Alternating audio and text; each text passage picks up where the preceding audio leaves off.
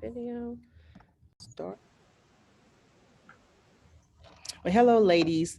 Thank you for joining the Junior League Women's Leadership Summit. And today we have with us Dr. Sabrina Crowder.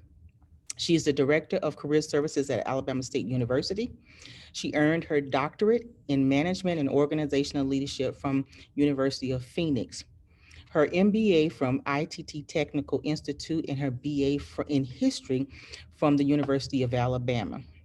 Dr. Crowder is a proud public servant with over 6 years of experience in labor market information, business services, career services, and state and federal programs geared towards helping individuals acquire skills that are in demand and provide a high wage. She also has over 2 years of experience successfully interpreting civil rights, achieving a compliance score of 98% for the Americans with Disabilities Act in the Alabama Department of Corrections, which was improved to a 100% the following year. Her goals is to educate individuals about career possibilities and how to leverage their degree to attain their career goals. Today, I present to you Dr. Sabrina Crowder. Right, thank you so much for that wonderful introduction.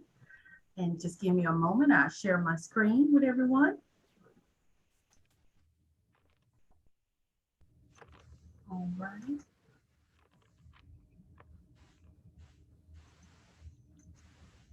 Here we go. Here we go, one moment. All right, can you see the Yes. presentation? Yes. All right. Is that better? Absolutely. All right. Well, once again, thank you. It is an honor and a pleasure to be able to present to the Montgomery Junior League.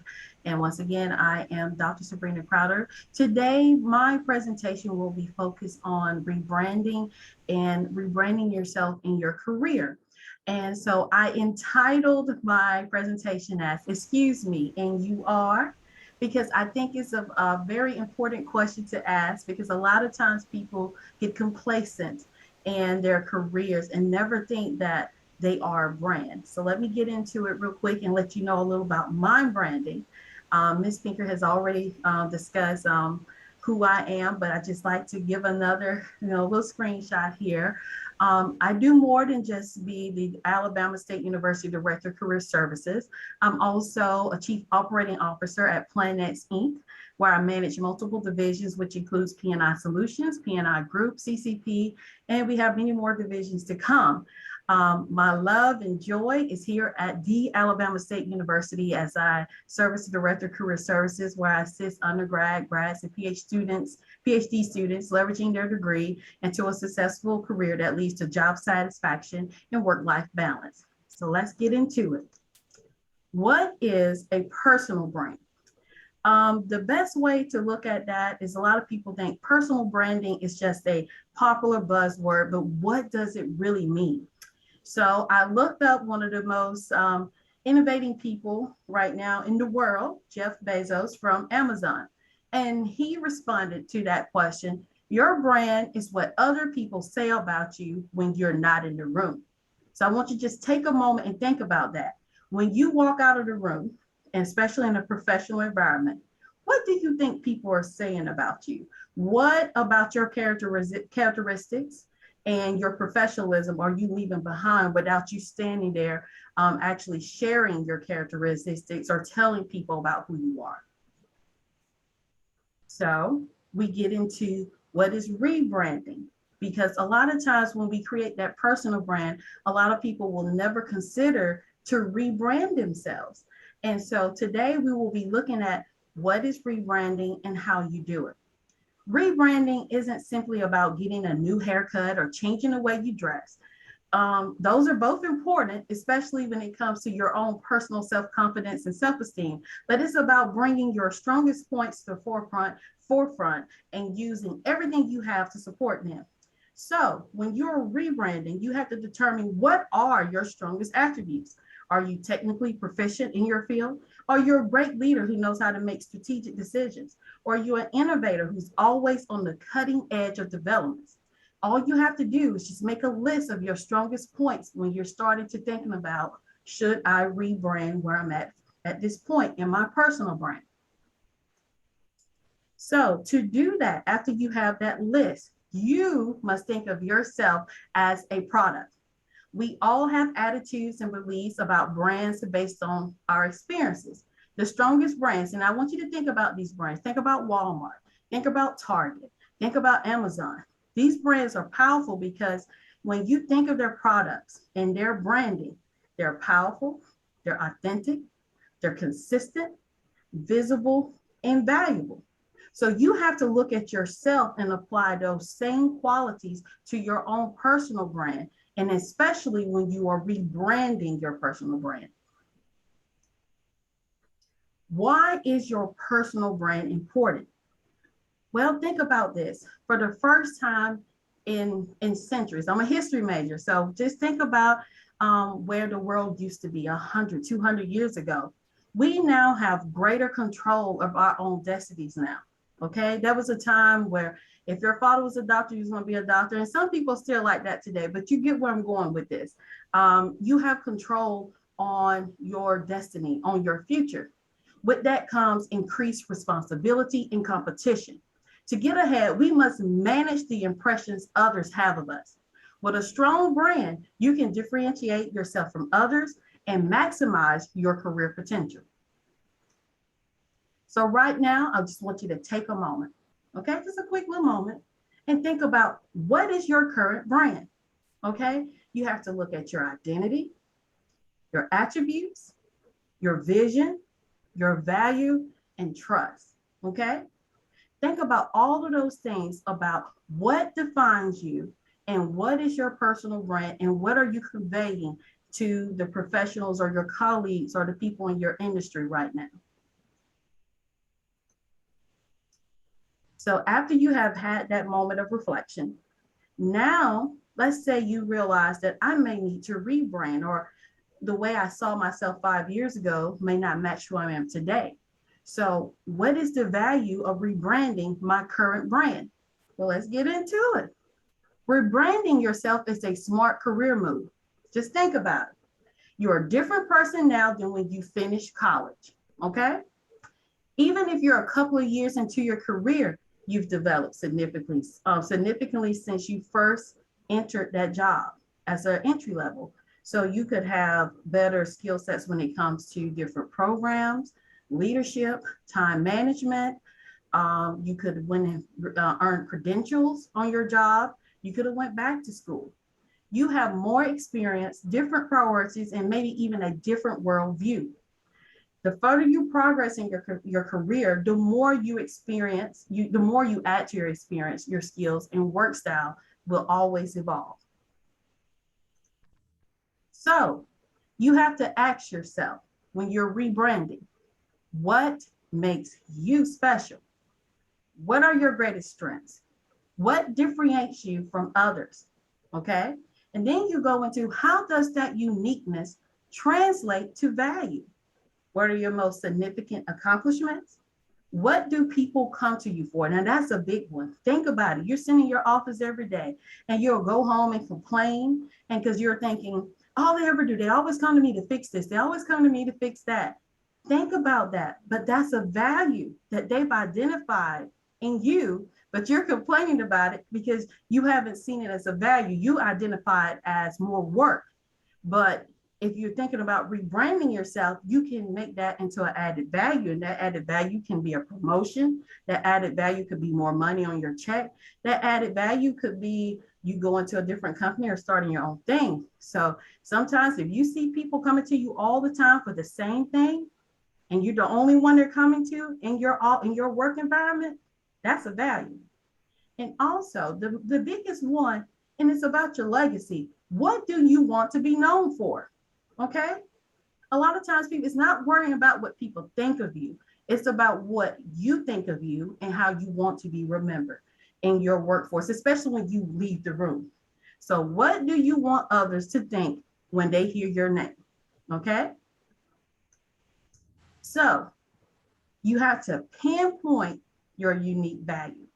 There are literally millions of other workers out there with great technical skills, awesome leadership abilities, and innovative ideas. So, what makes you special? Think about that. There's a lot of people that do what you do, but what makes you special out of all of those people? Maybe it's because you possess a unique combination of technical skills that few people have. Perhaps you've proven time and again that you stay cool even when the worst possible pressure comes about.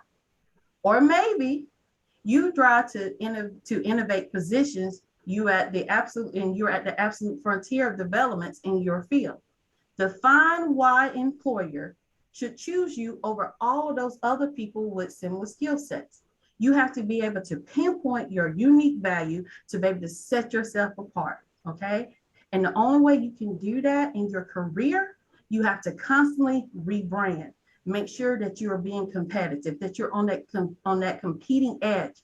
All right. When I walk in the room for an interview, I'm always making sure that something about me that I know that they're searching for should stand out when I have that interview, or when I'm trying to pitch an idea, or if I'm trying to negotiate a contract. I always find something that is unique that I'm representing to get that, to capture the attention of those people or those individuals that I'm talking to. Another way that is very important is to seek feedback, but you have to be careful when you seek feedback about rebranding yourself. Now, I'm just be honest with you. When you're seeking feedback, it has to come from a person that you trust, okay? A person that you trust who is also invested in you winning. Because sometimes we can seek feedback from the wrong person and they give you bad information, or they don't give you the right information you need to hear to rebrand or to be successful in what you're trying to do. So when you're seeking feedback, you have to really ask, is the perception of others consistent with your perception of yourself? Let me repeat that. Is the perception of others consistent with your perception of yourself? As you see again, I say talk to trusted, emphasis on trusted colleagues, use 360 degrees if possible. And one of the biggest things that I found that's been beneficial to me and to students that I've worked with, review past performance reviews. I tell students, if you did a project and your professor gave you feedback on a paper or something, or on how you performed in a group, read that information to identify what you did well, what you did not do so well, and how you can improve. If you are in a company where they rely on past performance reviews, keep up with those performance reviews over the years. Review those things. Look what your supervisor said you did great. See with those things that you did not do so great. Look at those areas and see, can you improve upon them? And also look for items that you were great at 5 years ago and now you have a subpar score, because you have to constantly challenge yourself to be competitive and constantly, as I said, rebrand yourself to make sure that you are of value in your career. So if you have past performance reviews, when we're finished with this, make sure you go back and review those when you in your rebranding process to make sure that you're on top of things. So how do you strengthen your brand? You stand out from the crowd, okay? As I've already mentioned, you have to pinpoint your unique value. So you have to determine when you're rebranding, what is your goal? Who is your target audience? How does your current brand position you to achieve your goal? And do you need to make changes? So how does your current brand position you to achieve your goal? If it's not going to help you achieve what you want or in your goals in the next 2 to 3, 5 years, then you know you need to rebrand and make changes. Okay. If you're at that point. So take a moment, think about that. What is your goal? Who is your target audience? Are you currently in a position to achieve your goal? If yes, great. This is not the time to rebrand. But if the answer is no and you're not sure, let's see what changes you need to make. So when you make changes, you have to make relevant adjustments. Okay. A lot of times people think, oh, I'm gonna just change how I dress, how I walk, how I talk. That's not change. That's just a quick style change. Okay. But it's not changing your mental. It's not conditioning you to be successful in that goal that you have set. So 9 out of 10, if you're rebranding, you have to fill some gaps. And usually the major gap fillers are education, experience, and relationships.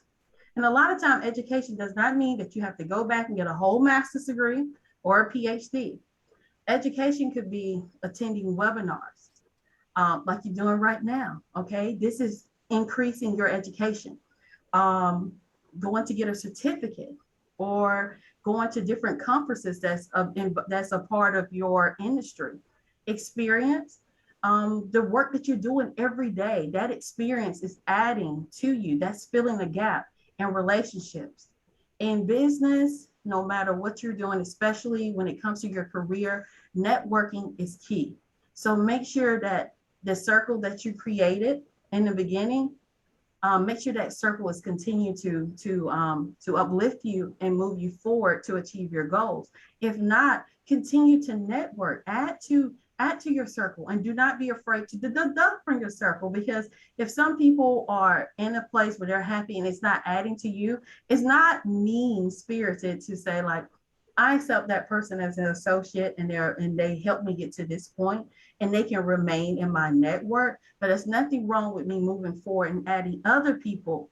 And I'm not saying you adding other people just to take from them. It has to be a two-way street. When you are building a relationship, you also have to be adding value to that individual as well. And then you have to begin to act the part. It's more than a haircut and a suit. You have to know how to introduce yourself, speak the language, and share your story. So once you make those relevant adjustments, you have to be able to represent your brand. So now we're here to from how you dress.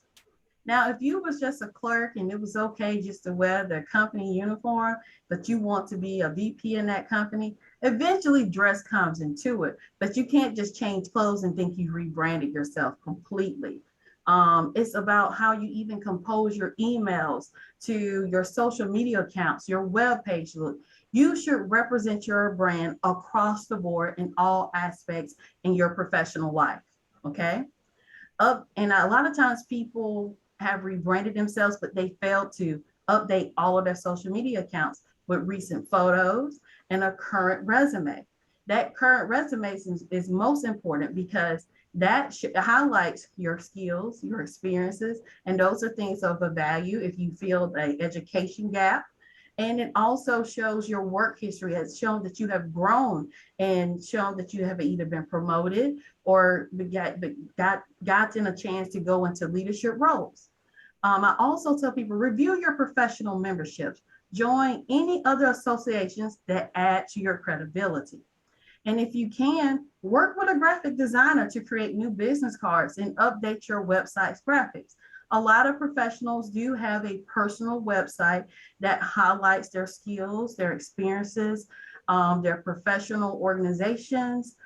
If they wrote any articles, any advisory boards that they sit on, it's all about going into that mindset that I am a brand, I am a product. I must represent this in every format that I possibly can to make this rebranding work for me. So once you have identified that, you have to showcase your brand. You have to, as we once again build influential relationships, get involved in cross-functional projects, use volunteering to strengthen or develop skills, take on a leadership role in a relevant organization, or once again, start a website or blog. It's nothing wrong with having your own personal professional website. So you have to continue to prove your value. All right. Prove your value, as Dory Clark points out in her Harvard Business Review article titled Reinventing Your Personal Brand. You need to prove your worth. It's one thing to update everything and rebrand yourself. Now you have to show to the world, and especially in those professional circles, that you are worth that rebranding, and that you have that added value or that skill set that you're presenting. On your social media profiles and website, list high profile projects you worked on, as well as testimonials from supervisors and clients. Note any articles you've written for trade publications or any other activities you've done, such as speaking at conferences, conducting workshops, etc. Okay, rebranding takes work. Okay, it doesn't happen overnight. You have a lot of things that you have to do as you rebrand. You have to prove that worth, show your value. A lot of times, people in this day and age like to leverage social media to show their value. So, let's talk about how to do that in a positive and in a correct way. First thing first, you have to choose your platform. Every platform on social media is not appropriate for you, especially in your professional career. So you have to identify who is your target audience, which social media platform do they use, and options include blogging, depending on what your career is. Are these people on WordPress, LinkedIn publishing platform, etc.? Microblogging sites, Twitter, LinkedIn, Facebook, Google Plus, video and audio sites, YouTube, podcasting, SlideShare, and image posting. The biggest one is, I would say, is Instagram, Pinterest, and Twitter. You have to identify what platform best suits your target audience, and make sure that you're presenting your brand in a very professional manner. A lot of times people forget that whatever you post on social media stays there. It lives with you long after you've gone. Okay. So whatever you put out there, be able to represent it and stand behind it. And I tell a lot of people it's best to not mix your business with your personal life when it comes to your social media platform. I want you to live your best life. I want you to be to show your personal side, but you still have to be mindful when you're trying to make certain career goals, achieve certain career goals, and make certain career moves. You have to still be mindful of your personal social media accounts. You can share, but don't overshare. You have to stay away from very very divisive language, derogatory language, very divisive, what I'm saying, issues, politics, race, sex. You have to realize that how you feel may not be how others feel who are looking at your profile. So I try to tell people on there, be neutral. You show your fun times, but be careful of showing images of alcohol. Be careful because you don't know who you could offend. You can't help people's implicit biases. So if all by all means, keep your personal life very separate from your business life on your platforms. Okay. Once again, once you're on those social media platforms, sharing your brand, and now it's about establishing your brand on social media. So maximizing your brand through social media requires bi-directional engagement. So you have to look at two things. What do you have to offer, and how do you make deeper connections? Okay. On social media, you can either create your own content or use curated content. And a lot of times, one of the top ones to use is feedly.com. It aggregates news sources. It allows you to track insights across the web without you having to read everything. A lot of times people think it's counterintuitive, but it's true. Curated content helps establish value. When you're sharing something from another expert, it raises your credibility with your audience. And I can demonstrate that just earlier. I use a quote from Dory Clark from the Harvard Business Review. Okay, that was me adding value to my current presentation to show that to add value, you have to be able to prove your worth. And to help prove my worth that I know what I'm talking about, I use Dory Clark curated ton content and dropped it in here to show you. It wasn't like a video or anything or article, but I quoted her to show that, hey, this information is not just coming to me. This is credible information. And I just reinforced it by quoting this individual who works for Harvard, who most people respect, especially the Harvard Business Review, as a very credible publication. And this person is published in that publication. You get what I'm saying? So you have to be able to establish your value. You either can create your own content or curate your own content, create your own content or use curated content. And one of the biggest things is to make deeper connections. Because if you're able to make deeper connections online, establishing your value, that connection will live offline. A lot of times people have a lot of friends online. They have 3,000 friends, but in real life, they only connect with about two people. Same thing goes with rebranding yourself, especially from your professional aspect. If you have all these people in your LinkedIn network, you should be connecting more offline. Okay. It might seem scary, might be a little more difficult, but when you see those opportunities to either mingle in person or virtually or attend different events, those people that people in your network may share with you in an email, go for it. Okay. You have to be able to establish your value and connect, not just online, but offline. So with all that being said, remember to make this happen, just create a plan, a social media plan. If everything I'm saying seems like I'm throwing it out to you really fast and you're like, oh, I don't know if I can keep up with all of this, create a social media plan. All you have to do is commit to consistent activity, manage your time. For example, spend about 15 minutes per day on social media. I mean, think about it. Some of us spend more time scrolling on TikTok than actually checking our own LinkedIn profile. And I'm a big person on using automated scheduling tools. If you use automated scheduling tools, such as I like to use my Google Calendar because that's what we use here at university, and I use it on my phone. But I see a lot of my colleagues that I work with, the vendors that's trying to get me to purchase different items or to connect with me, they use Calendly. So make sure you're using scheduling tools where you can schedule your life and have control over your time management, your job satisfaction, and your work-life balance. Because when you're doing these things, it helps you track your activity and it keeps you on target with your social media plan and also your work plan and your life plan. Okay. So, how do you manage your brand, especially if you just rebranded? You just have to be proactive. Okay. There's no other way to say it. Just be proactive. So somebody's sitting there like, how do I be proactive? That's just simple. It's too simple. Well, to be proactive, you have to promote your accomplishments, okay? Let people know that you're doing well. I know sometimes people like, oh, that might seem arrogant, but you have to know how to promote it in a healthy way, in a positive way. That's why you create that social media plan. That's why you update your resume. That's why you choose your target audience and promote your accomplishments on the appropriate platform.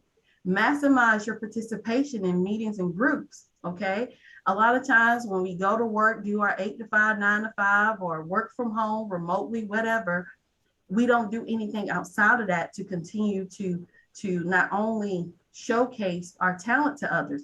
So you have to go to different meetings. You have to go to groups, and because that's how you learn how to communicate effectively. That's showing people that you're being proactive, and it's also showing that you're relevant. Okay. So how do you move forward with that? You have to be strategic. Choose your associates wisely. I know you keep wondering, like, she keeps harping on that. I wonder if something happened to her. No, nothing negative has happened to me, but I was always taught and raised by my parents. My mother was a housewife. My father was a sergeant in the military for 24 years.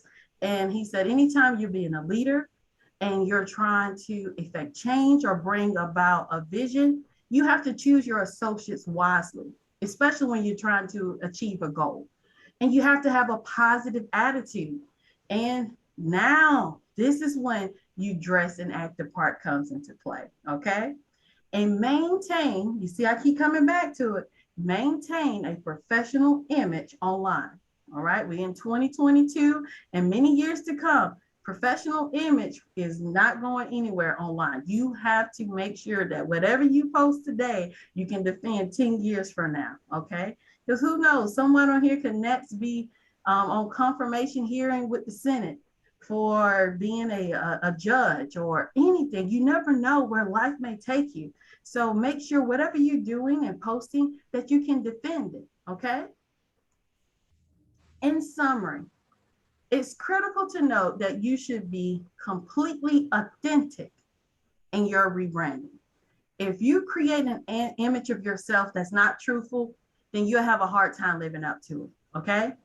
Plus, most people instinctively know when you're not being honest with them. Okay. So do not rebrand to create an illusion. Rebrand to create your authentic self, and for you can actually have a chance to create that career path that you're looking for.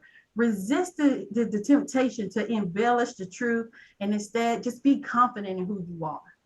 I know sometimes you just want to fudge it just a little, just a little. Don't, because 9 out of 10, if that person is a colleague of yours or they're in the same industry, and if you fudge it and you really don't have the experience in it, and once they start trying to engage with you, then they can pretty much identify, oh, that's a fake. Oh, she hasn't really done that. Oh, she fudged it a little. You don't want to be that person. You want those people to accept what you say and see that you are a person of integrity. Okay. And remember, life is a journey. So if you haven't yet achieved something, there's still time to do so. Okay. I don't care how old you are. I don't care how many degrees you have or the degree that you didn't finish. I don't care where you are. We all come different from different walks in life. But there is still time to achieve what you want. You just have to make a plan to make it happen. And so this may be the time to rebrand. So everyone that's watching today, think about where you are right now in your career. Think about all the things I covered. Ask those tough questions. Write it down. And if those things can help you achieve what you want to be today and tomorrow and the next couple of years, great. But if they cannot help you achieve that, then you need to rebrand. And I'm hoping that this presentation gave you some tools, some ideas on how to do that. So in closing, thank you. I appreciate your time, and I'm gonna share my contact information. And if anyone has any questions, just let me know. These are the ways that you can reach out to me. Thank you so much, Dr. Crowder. That presentation was just awesome, awesome, awesome. I do have a few questions for you. Okay. Now, you do know that I'm sure you've come across a lot of people who, as a result of the pandemic, has chose to rebrand themselves. Who have they've chose to come off of jobs, retire from jobs, and do a whole career change or go into business for themselves. Yes. Um, so, what would you say to a person? And you gave a lot of good information, and I really appreciate that. But what would you say to that person who has, perhaps been on a job for 10, 15 years and they've decided all of a sudden, as a result of the pandemic, pandemic taught us a lot of things. It did. And they've decided, I'm just not going to do this anymore. I don't want to do this anymore. I have a skill and I feel like there's value in the skill that I have, and I'm going to go out here and make it work for me. What would you say to that person? The first thing I would say to that person, congratulations to your awakening. That is wonderful. You have identified and pinpointed a value that you want to establish and move forward with. But when you also have to bring in those real life situations that you have to think about. You have to make a plan to achieve this goal. So you have to look at finances. And I tell people, don't let the finances scare you, because you probably can start this new career path or this new business while you're beginning to wrap up this old career. So you have to make a financial plan and look at your life, what sacrifices you're going to have to make. And you also have to look at your household. If you're married, you have to have that conversation with your spouse. If you have kids and you're the primary caretaker, you have to look at how is this going to affect everyone and how it's going to affect me, and can I go forward? Because I don't want you ever to go through this and go through the finance and all of this and just stop and say, no, I can't do it. It's too much. It's not too much. It's about answering those hard questions for you can make an effective plan to be strategic in making it happen. A lot of times people think about this change and then they want to make it happen in the next 3 to 6 months. Generally, rebranding yourself, going into a new business, it doesn't happen in 3 to 6 months. This is something that you have to plan for, maybe for 12 to 18 months. Okay, because you have to make sure if you're going to leave a job that you can still live while you try to live your dream. So make that plan, have those hard conversations, write it down. A lot of times people think that I thought about that. Write it down. Get you a notepad. I have so many notepads here, just different notes that I constantly are writing down to achieve plans. I didn't think that I could be a chief operating officer of a corporation and to bring about effective change. And also work at that time, I was working on my dissertation and be able to run multiple divisions. I had to have that conversation. At that time, boyfriend, but now fiance, and figure those things out on how I'm going to be able to maintain my personal life, my work life, and achieve my goals and finish my PhD. And as you can see, I'm here at Alabama State University. I'm running that company and it's successful. And I can, and you're calling me Dr. Crowder. It took some sacrifices. I'm not going to tell you it's not easy. You will cry some tears. You will have some late nights, but it will work as long as you make a plan. And the biggest thing about your plan will change as it starts, as you start to work it. Okay, that I think that's the biggest dream killer. When it doesn't go as planned, most people give up and they stop and like it just did not work out. Know that the plan is just a guide, but be prepared for those off ramps. So be strategic, plan, and be ready for change and to get over those obstacles. Okay. Thank you. Thank you for that. One other question. You have someone, that same person who have decided to make that bold move, and they realize that they have multiple skills, they got multiple Mhm. talents, but they're having difficulty bringing those skills or those talents under one brand. All right, I got you there. A jack of all trades, huh? Yes, Huh? yes. I, and you know what? As I say, women are the true jack of all trades because we have to run households, run our lives. If we got kids, we run our kids' lives. We got husbands. Well, not only are we running their lives, we're supporting them at their career too. So you not only are an accountant, a teacher, you're everything. So when you have a jack of all, and you're a jack of all trades, and you have a lot of skill sets, you have to be realistic and make a list of those things and identify what those skill sets are and identify the ones you enjoy doing. Okay. That's the key. Even though you know how to do a lot of things, like I know how to prepare taxes. I've never paid anyone to prepare taxes. I've been doing it since I was 16, 17 years old. Even you go to the library and get the little booklet and fill it out. That was me. But people think that I should do their taxes. And I know I can do taxes. And it's a skill I have and I do it well. I do not like to do it and I will never be a tax professional. Okay.